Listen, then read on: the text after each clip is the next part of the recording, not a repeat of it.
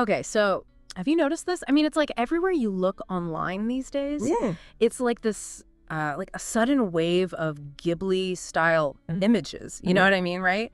Like even my neighbor posted a selfie, but it was all like whimsical and anime, and like the eyes, super wide and cute. And it's not just selfies either. I've seen like major brands jumping on this too. It is really interesting how fast it's become so popular. Like it's really everywhere. It is. And it makes me think about, one of the founders of Ghibli. I can't remember his name right now. Miyazaki. Yes, Miyazaki.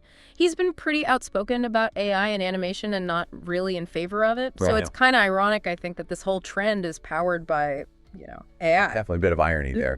For sure. Well, we are going to get into all of that today. Welcome to the show, by the way. Today, we're doing a deep dive into this whole Ghibli anime AI thing. We're going to break it all down, like what exactly is this trend anyway? And then what even is the Ghibli style? And what about Studio Ghibli? What's their story? What does the name even mean? All that good stuff. Sounds fun. I'm excited. Yeah. And then we'll get into, why is this happening now? Why is this trend blown up like this? And we'll look at some of the reasons why people are loving it so much. Yeah, let's do it. Okay, so first things first. We got to define what exactly we're talking about here. Like when we say Ghibli anime style AI images, what does that even mean? Well, it's more than just like a simple filter you slap on a picture, right? Yeah, for sure. These AI tools people are using, they can take any image, really. A photo, a meme, anything, and transform it to look like it came straight out of a Studio Ghibli film. And it's not just like amateur stuff either. We're seeing big brands doing this on X, the platform formerly known as Twitter. They're giving their logos and stuff the whole Ghibli makeover. That's so cool. And you know what I love about this? What's that? It really feels like a true transformation. Like it's not just a filter. It's like the AI is reimagining the image in that specific Ghibli style. Exactly. Okay, so then let's talk about the style itself. Like when you see a Ghibli film or one of these AI images, what are the things that just scream Ghibli to you?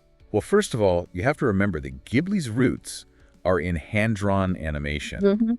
So even in these AI images, you often get this sense of texture and richness. Like you could almost feel the paint. Yeah, exactly. Like watercolor and acrylics. That's the vibe. And then there's the color palette. Ghibli is known for these vibrant, luminous colors. It just adds to that overall whimsical and joyful aesthetic. Oh, totally. And the landscapes, they're always so breathtaking and kind of ethereal. Absolutely. And you'll often see this cozy European kind of style in their backgrounds, detailed forests, rolling hills, those quaint little villages. It creates this immersive world that feels both magical and familiar. And very connected to nature. Yes. Yeah. That's a huge part of it. Nature is always front and center in Ghibli films. Okay. But I'm remembering this one Ghibli film, and it looked different visually. I think it was The Tale of the Princess Kaguya. Oh, you have a good eye. That's a great example. Princess Kaguya definitely stands out visually. They used a much softer watercolor palette for that one, and the style was more reminiscent of traditional Japanese storybook art. But it was a deliberate choice by the director, Isao Takahata, to really capture the emotional nuances of the story and pay homage to that specific art form. That's so interesting. So even within the Ghibli umbrella, there's room for different artistic expressions. Exactly. Okay, well, let's shift gears for a minute and talk about the history of Studio Ghibli. Where did it all begin? So Studio Ghibli officially came into being on June 15th, 1985. The main players were Hayao Miyazaki and Isao Takahata, the directors, and Toshio Suzuki, the producer. And we can't forget Yasuyoshi Tokuma, who provided crucial funding for them. They actually acquired the assets of another studio called Topcraft. And Miyazaki and Takahata had already worked together before this on films like The Great Adventure of Horace, Prince of the Sun, and Panda. Go Panda. That's cool, like a team of all-stars coming together. Yeah, exactly. And Suzuki had been an editor at a manga magazine, so they already had these strong connections in the industry. And then they created this powerhouse studio. Exactly. Okay. And of course, no Ghibli conversation would be complete without mentioning their adorable mascot. Oh, yes. Totoro. Everyone loves Totoro. What a cute little guy. He is. He's actually inspired by raccoon dogs, called tanuki in Japanese, and cats, which are neko. So a mix of both. That's adorable. It is. And he really embodies that whole Ghibli spirit, nature, whimsy, kindness. Yeah. Okay, so we know Ghibli is known for Totoro and for their unique style. But let's talk about the impact. Like, what kind of legacy have they built in the world of film? It's a huge legacy. They've made some of the most critically acclaimed and commercially successful animated films of all time. I mean, think about it. Princess Mononoke, Spirited Away, Howl's Moving Castle, Ponyo, more recently, The Boy and the Heron. These films are not only visually stunning, but they tell these incredibly moving and imaginative stories that resonate with audiences of all ages all over the world. Wow, so global appeal. Yeah, and it's not just talk. 4 of their films are among the top 10 highest-grossing Japanese films ever, and Spirited Away, it's number 3. That's insane. So popular. And they've gotten international recognition, too. Spirited Away won the Oscar for Best Animated Feature back in 2003. That was a huge deal for anime. And then, get this, The Boy and the Heron won the same award just last year in 2024. 2 Oscars, so impressive. It is. It really cements their place as a major force in cinema. Okay, so now I'm curious about the name Ghibli itself. It's so unique. Where did it come from? It's a pretty cool story, actually. So Miyazaki chose the name. It comes from the Italian word Ghibli. It was the nickname for this Italian Saharan scouting plane, the Caproni K30309, I think. Oh, wow. So Miyazaki's love for aviation, it shows up everywhere, doesn't it? It really does. But like, what was his thinking behind choosing that specific word? Well, the Italian Ghibli comes from an Arabic word, qibli, which means hot desert wind. And Miyazaki liked the imagery of that. He wanted the studio to be like a Ghibli, a strong wind blowing new life into the anime industry. That's amazing, like shaking things up. Exactly. And it's interesting how the pronunciation has kind of evolved. Technically in Italian, it's closer to Gibori with a hard G sound. But in Japanese, it's written as Jibori, so it's more of a soft J. I've always said Ghibli, but I guess both are correct. Yeah, they are. Okay, so we've talked about what this Ghibli AI trend is all about, and we've gone deep into the studio's history and style, but I keep wondering, why now? Why is this happening right now? What's going on that's made this trend explode? It really is a perfect storm of events and circumstances. Yeah. I mean, the most obvious reason is OpenAI's GPT-4o model update. That's what really got the ball rolling. Now anyone can easily transform images into the Ghibli style and share them. It's super accessible, and that's huge. So easy to use, easy to share. Right. Recipe for viral success. Exactly. It's like they lowered the barrier to entry for creating art in this style. Yeah. And then you have the recent IMAX release of the 4K restoration of Princess Mononoke. Oh, yeah. That was beautiful. It was. Seeing that film in IMAX was like experiencing it for the first time again. And it definitely put Ghibli back in the spotlight. Yeah, for sure. That would get people excited about their style again. Totally. And then don't forget, Studio Ghibli is turning 40 next year. 2025 is a big anniversary for them.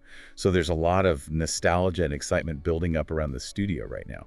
It makes sense that people would want to engage with their work in new ways, like through these AI images. It all makes sense. The technology, the re-release, the anniversary, everything lined up perfectly.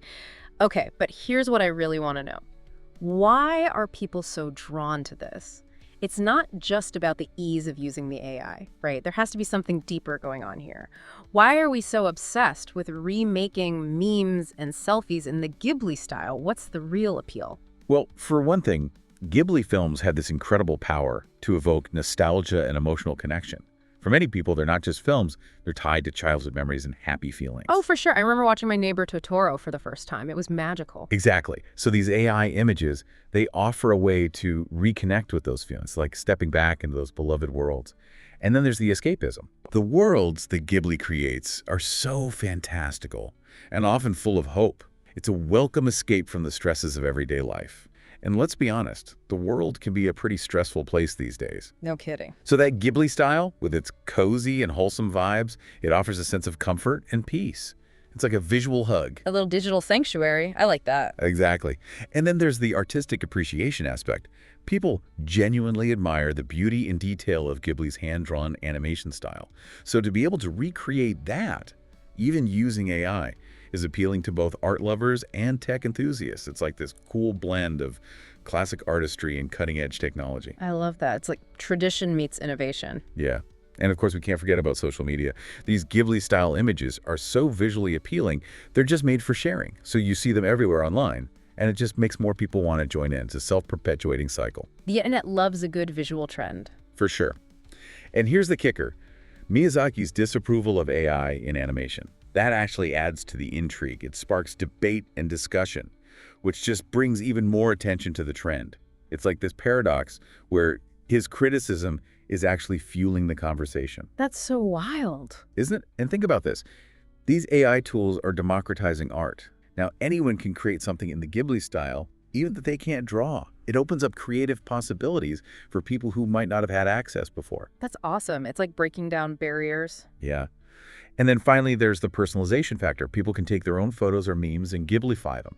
It's a way to express themselves creatively and put their own spin on things. It's like injecting a little bit of magic into your everyday life. I love that. It's exactly that. So when you look at it all together, this Ghibli AI trend is so much more than just a fad. It's a really fascinating example of how technology and art and culture can all come together. It's like a snapshot of where we are as a society right now. Absolutely. And it raises some big questions about the future of art and creativity. It does. So for all of you listening, I want you to think about this. What does this trend tell us about our relationship with technology and art? Is this just a fleeting moment, or is this a sign of things to come? It's something to think about, that's for sure. It is. And that's it for our deep dive today. Thanks for listening. Thanks for having me. It was fun.